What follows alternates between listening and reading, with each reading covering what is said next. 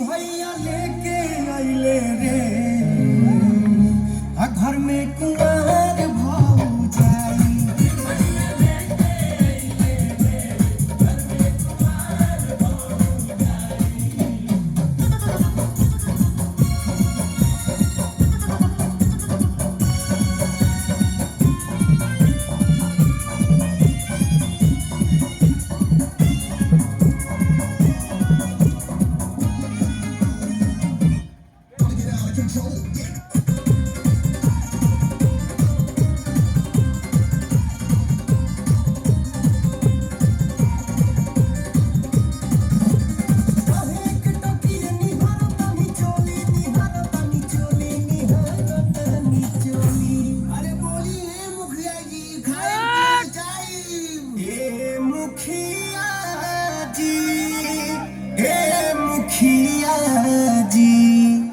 मुखिया जी मन के तो बोली नहीं तो हम कोई बर्दाश्त न कोली।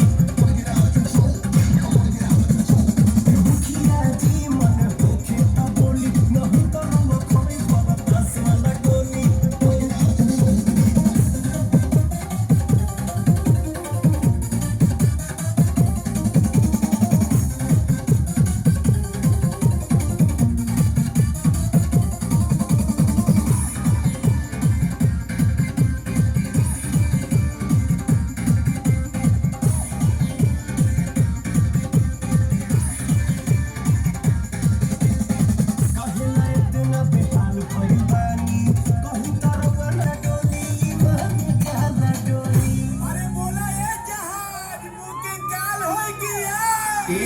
मुखिया जी, मुखिया जी, मुखिया जी।